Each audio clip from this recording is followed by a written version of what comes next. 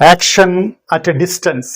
ഇത് ശരിക്കും പറഞ്ഞാൽ സയൻറ്റിഫിക് ആണോ ഇല്ലെ നമുക്കിത് പ്രൂവ് ചെയ്യാൻ പറ്റുമോ എന്നതിനെക്കുറിച്ചുള്ള ഒരു ഫണ്ണി എക്സ്പെരിമെൻ്റ് ആണ് ഇത്തവണ ഞാൻ നിങ്ങൾക്ക് മുന്നിൽ അവതരിപ്പിക്കുന്നത്.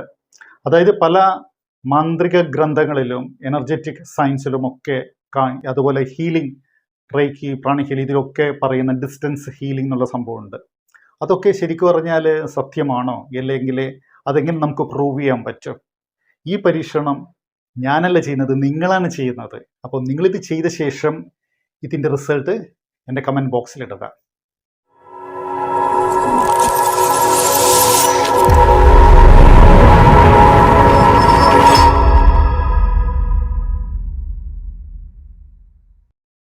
എനർജികൾ അതുപോലെ തന്നെ ചിന്തകൾ, ഇതിന് പ്രത്യേകിച്ച് നമ്മുടെ ഫിസിക്കൽ ലോസുമായിട്ട് ഒരു ബന്ധവുമില്ല. ഇതിൻ്റെ മൂവ്മെൻറ്റും ഇതിൻ്റെ കാര്യങ്ങളൊക്കെ സ്പേസിനും ടൈമിനും എല്ലാം അപ്പുറമാണ്. ഇതിനെക്കുറിച്ച് നമുക്ക് കുറച്ച് മനസ്സിലാക്കാൻ വേണ്ടുന്ന ഒരു 3 എക്സ്പെരിമെൻ്റാണ് ഞാൻ ഇത്തവണ നിങ്ങളെ പരിചയപ്പെടുത്തുന്നത്.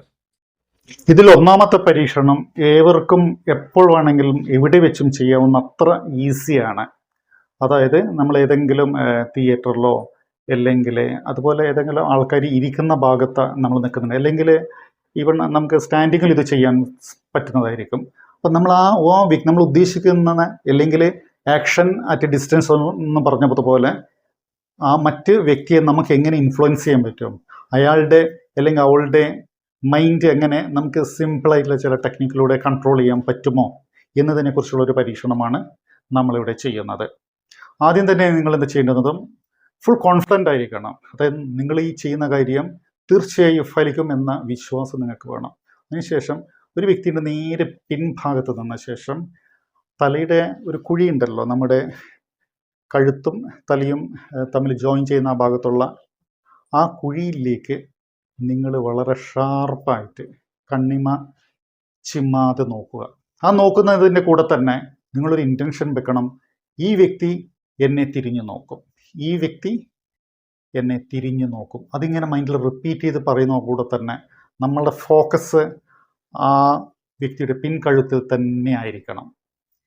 അങ്ങനെ നമ്മളൊരു 1 മിനിറ്റ് 2 മിനിറ്റ് ചെയ്ത ശേഷം ഒന്നുകൂടി റിലാക്സ് ചെയ്യുക. ഒരു 2-3 മിനിറ്റ് വെയിറ്റ് ചെയ്യുക, പുള്ളി തിരിഞ്ഞു നോക്കുന്നുണ്ടോ എന്നറിയാം. ഇനി വീണ്ടും തിരിഞ്ഞു നോക്കുന്നില്ലെങ്കിൽ ഒന്നും കൂടി ഇത് റിപ്പീറ്റ് ചെയ്യുക. ഇങ്ങനെ ഇത് 3-4 തവണ ചില സമയത്ത് റിപ്പീറ്റ് ചെയ്യേണ്ടി വരും. അങ്ങനെ റിപ്പീറ്റ് ചെയ്യുമ്പോൾ നമുക്കറിയാം ഈ വ്യക്തി ചിലപ്പോൾ അങ്ങോട്ടേക്കോ ഇങ്ങോട്ടേക്കോ ആദ്യം നോക്കും, പിന്നെ ശരിക്ക് തിരിഞ്ഞിട്ട് നിങ്ങളെ തന്നെ നോക്കുന്നതായിട്ട് നിങ്ങൾക്ക് അനുഭവിക്കാൻ പറ്റും. ഇത് ഏതായാലും നിങ്ങളൊന്ന് ട്രൈ ചെയ്യുക. ട്രൈ ചെയ്ത ശേഷം അതിൽ റിസൾട്ട് പോസിറ്റീവ് ആണെങ്കിൽ അല്ലെങ്കിൽ നിങ്ങളുടെ എന്താണ് അതിൻ്റെ അനുഭവം അത് എൻ്റെ കമൻറ്റ് ബോക്സിൽ ഇടുക.